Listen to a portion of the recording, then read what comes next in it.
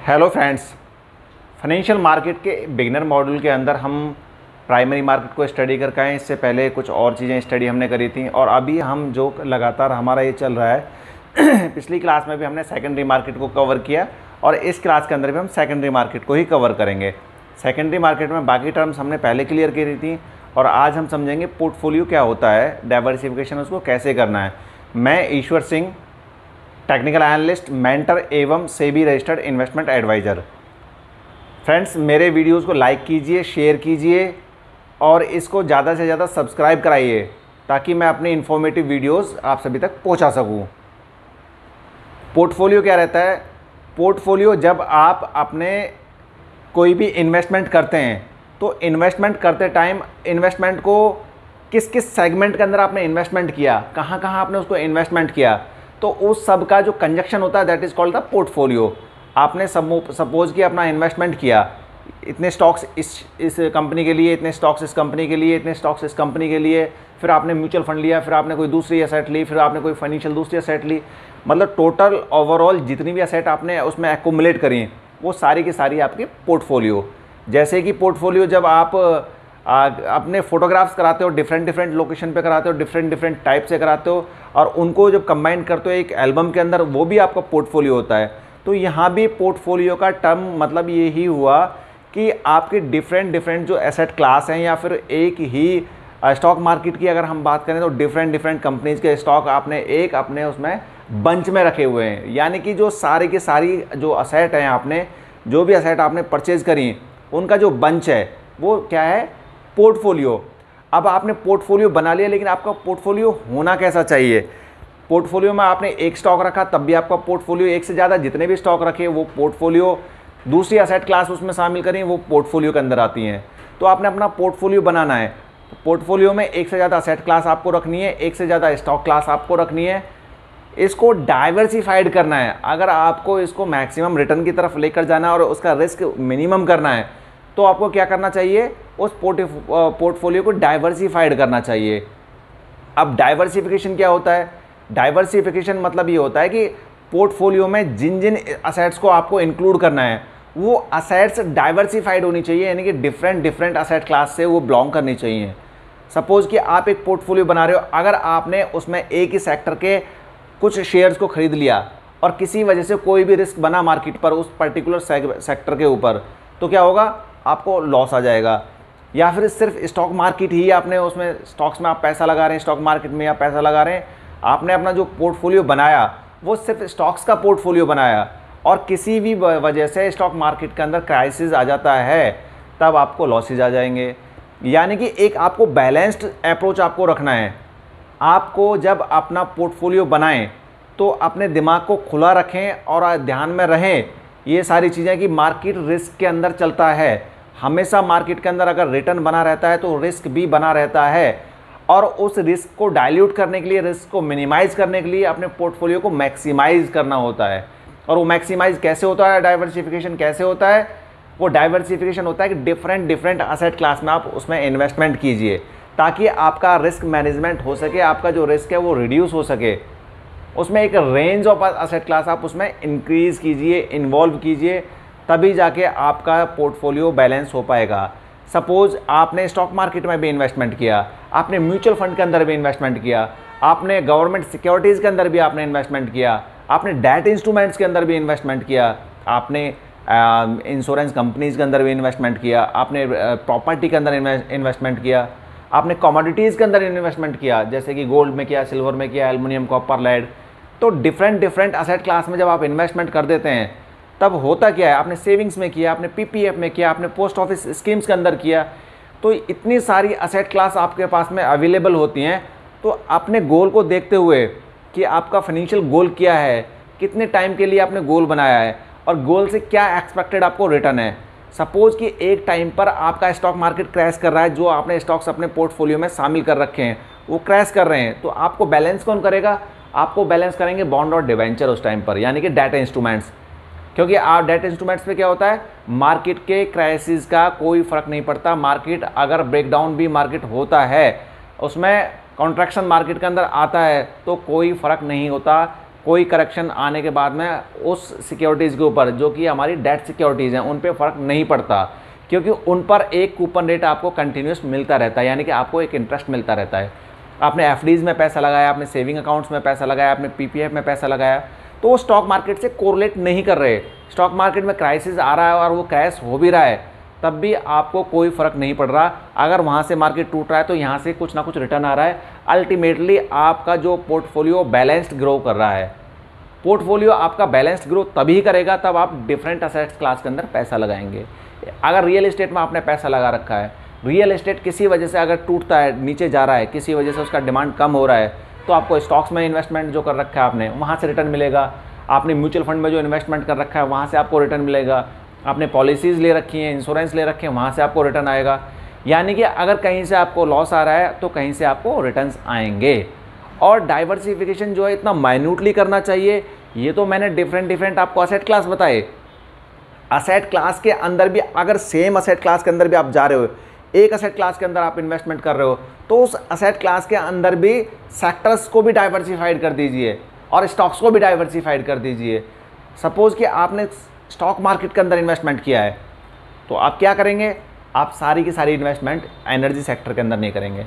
कुछ energy sector के अंदर आपने किया, कुछ रियल एस्टेट में आपने किया, कुछ फार्मास्यूटिकल में आपने किया, कुछ आपने ऑयल एंड मार्केटिंग वाली कंपनीज़ में किया, कंज्यूमर ड्यूरेबल में किया, एफएमसीजीज़ में किया, आईटी कंपनीज़ के अंदर किया, बैंकिंग के अंदर किया।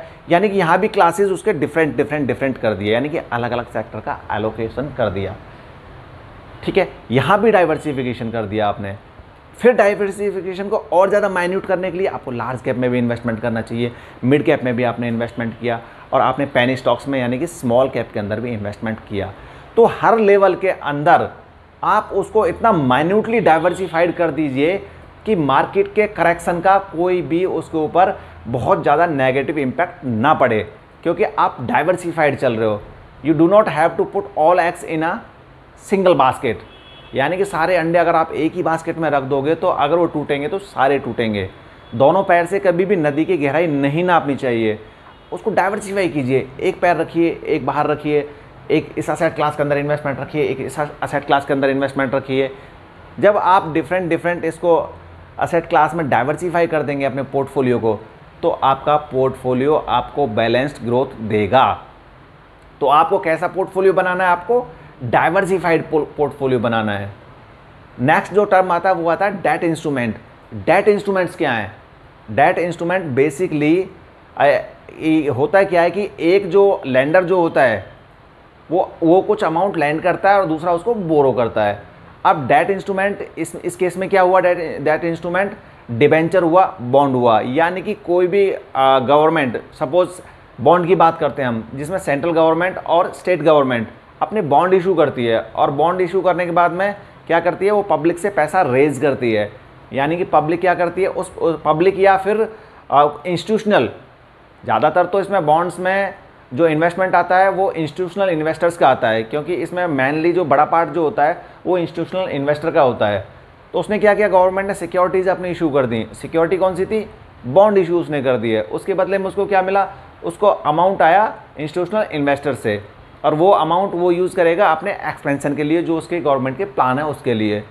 लेकिन उसके बदले में क्या देगा वो, उसके बदले में उनको इंटरेस्ट पे करेगा, और वो जो इंटरेस्ट वो पे करेगा उसको क्या बोलते हैं, कूपन। वो कूपन रेट डिसाइड हो जाता है पहले से ही कि ये कूपन रेट के अंदर हम आपका इन्वेस्टमेंट लेंगे, आप हमारे बॉन्ड को खरीदेंगे तो हम आपको ये कूपन रेट देंगे। यानी कि 11% हो गया, 12% हो गया, 10% हो गया, जो भी कूपन रेट डिसाइड होता है, यानी कि इंटरेस्ट रेट। एक टर्म होती है उसके अंदर मैच्योरिटी। मैच्योरिटी मतलब इतने टाइम के लिए आपको इन्वेस्टमेंट इसके अंदर करना पड़ेगा। उसका लॉक इन पीरियड रहता है 10 year, 5 year, 8 year, 7 year, 11 year, 15 year, जो भी टर्म उनका डिसाइड होता है। और दूसरा जो इसका अगला जो टर्म रहता है वो क्या रहता है, प्रिंसिपल, जिसको बोलते हैं फेस वैल्यू। तो हमेशा बॉन्ड इशू होंगे किस पर, फेस वैल्यू के ऊपर इशू होंगे। उसके बाद में वो कूपन रेट जो इन्वेस्टर्स जो रहेंगे उसके अंदर, इन्वेस्टर्स का जो रिटर्न रहेगा वो रहेगा उनका कूपन रेट। अब इसमें लेंडर कौन है? लेंडर है इन्वेस्टर, यानी कि लेंडर इन्वेस्टर है, उसने अपना अमाउंट लैंड कर रखा है किसको, गवर्नमेंट को। यानी कि गवर्नमेंट कौन हो गया, बोरोवर, और लेंडर कौन हुआ, इन्वेस्टर। अब लेंडर को मिलेगा रिटर्न किसके टर्म में, इंटरेस्ट के टर्म में, और वो इंटरेस्ट कौन सा है, जो कूपन रेट उनका डिसाइड हुआ था। इसी तरीके से डिवेंचर, डिवेंचर में क्या होता है, डिवेंचर प्राइवेट प्लेसमेंट है, यानी कि जो कॉर्पोरेट्स होते हैं वो इशू करते हैं डिवेंचर्स को कंपनीज़ के लिए, जो भी बड़े बड़े इंस्टीट्यूशनल इन्वेस्टर्स होते हैं वो जो उसमें पैसा लगाते हैं, तो उसके बदले में उनको रिटर्न मिलता है एज ए कूपन रेट।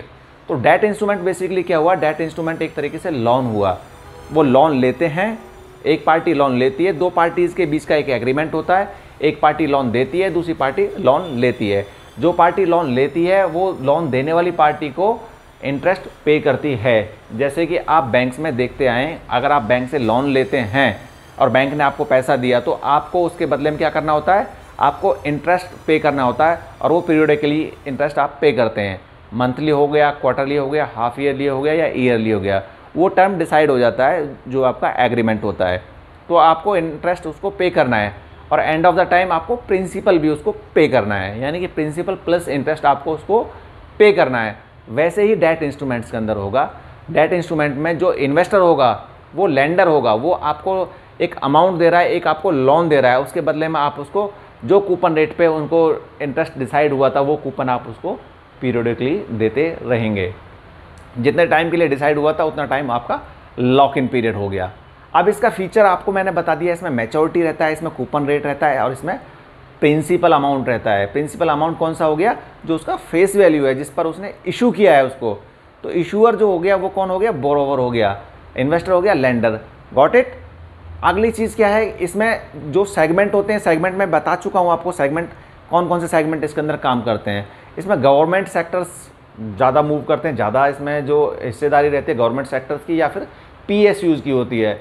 और उसके बाद रहते हैं कॉर्पोरेट सिक्योरिटीज़, यानी कि कॉर्पोरेट सिक्योरिटीज़ जो इशू करते हैं, यानी कि कमर्शियल पेपर हो गया जैसे लाइक दिस। अब इसमें होता क्या है, पार्टिसिपेंट्स कौन से होते हैं, मैंने ये भी आपको क्लियर किया अभी आपको। पार्टिसिपेंट ज़्यादातर जो पार्टिसिपेंट्स होते हैं इसके अंदर वो इंस्टीट्यूशनल इन्वेस्टर्स होते हैं। ये रिटेल इन्वेस्टर्स इसके अंदर बहुत ही कम उनका पार्टिसिपेशन होता है, बहुत माइन्यूटली पार्टिसिपेशन होता है रिटेल इन्वेस्टर का।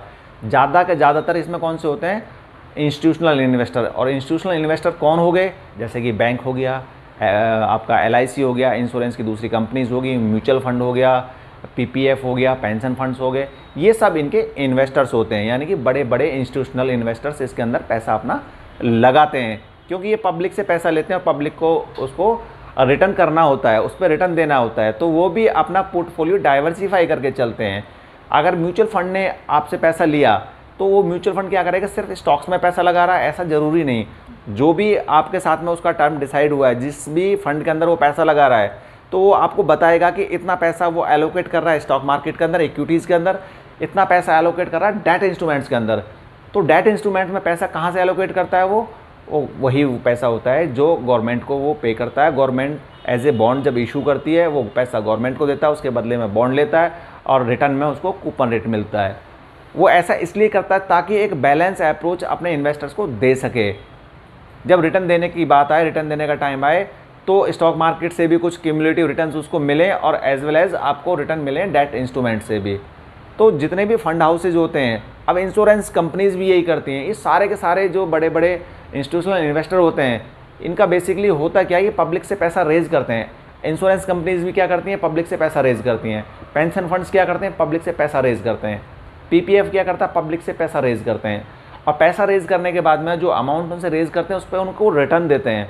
अब उस रिटर्न को गारंटी करने के लिए वो ऐसे डाइवर्सिफाई कर देते हैं, अमाउंट को एलोकेट कर देते हैं कि इतना उन्होंने गवर्नमेंट सिक्योरिटीज़ में लगा दिया, बॉन्ड्स में लगा दिया, ये पैसा उन्होंने डिबेंचर में लगा दिया, ये रियल एस्टेट में लगा दिया, ये कमोडिटीज़ में लगा दिया, ताकि एंड ऑफ द टाइम जब रिटर्न देने का बारी आता है तब वो अपने इन्वेस्टर को इजी रिटर्न दे सकें। रिटर्न देते टाइम उनको कोई ऐसा रिस्क ना बने। अगर सिर्फ एक ही सेगमेंट के अंदर उन्होंने पैसा लगा दिया तो जो रिटर्न उन्होंने कमिट किया था वो रिटर्न उनको नहीं पे कर पाएंगे।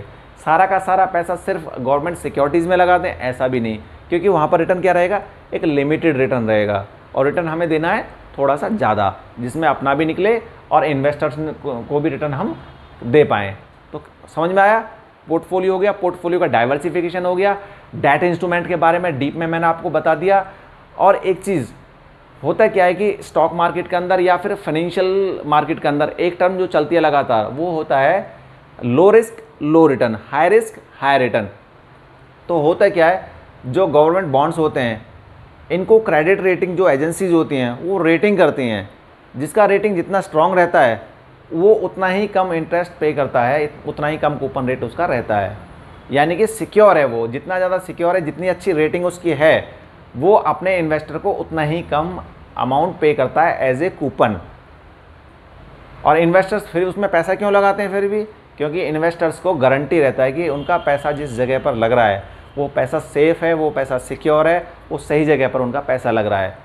और बहुत सारे जितने भी डेट इंस्ट्रूमेंट्स होते हैं इनके अलग अलग फीचर्स होते हैं, टेलर मेड होते हैं, अलग अलग इंस्ट्रूमेंट अलग अलग उसका फीचर, कुछ टैक्स फ्री होते हैं, कुछ टैक्सेबल होते हैं, तो अलग अलग इसमें टर्म्स होती हैं। वो सारे के सारे जो भी डेट इंस्ट्रूमेंट निकल के आता है उसकी अपनी अलग ही टर्म होती हैं और अलग ही उसके फीचर होते हैं। कुछ कॉमन फीचर होते हैं, कुछ उनके आइसोलेट फीचर होते हैं, यानी कि tailor made coupons to tailor made coupon होता है उनका, टेलर मेड उनका प्रिंसिपल रहता है, टेलर मेड उनका मैच्योरिटी रहता है, सब अलग अलग जैसा उन्होंने बॉन्ड या डिवेंचर इशू किया। तो आज की इस क्लास में आपको समझ में आया कि आपको पोर्टफोलियो बनाना तो कैसा बनाना है और उसको डाइवर्सिफाई कैसे करना है, और कैसे इंस्टीट्यूशनल इन्वेस्टर्स अपने पोर्टफोलियो को डाइवर्सिफाई करके अपने इन्वेस्टर्स को रिटर्न दे पाते हैं, डेट इंस्ट्रूमेंट्स मार्केट में कैसे काम करता है, और कौन से पार्टिसिपेंट्स डेट इंस्ट्रूमेंट के अंदर अपना पैसा लगाते हैं। तो आज की क्लास में इतना ही। कल की क्लास में, नेक्स्ट क्लास के अंदर हम क्या लेकर आएंगे, डेरिवेटिव मार्केट, जिसमें डीप में हम स्टडी करेंगे फॉरवर्ड कॉन्ट्रैक्ट क्या होता है, फ्यूचर कॉन्ट्रैक्ट क्या होता है, ऑप्शन कॉन्ट्रैक्ट क्या होता है। तो नेक्स्ट क्लास में हम डेरिवेटिव स्टडी करेंगे। आज की क्लास में इतना ही, कल की क्लास में हम फिर से मिलते हैं। Thank you very much.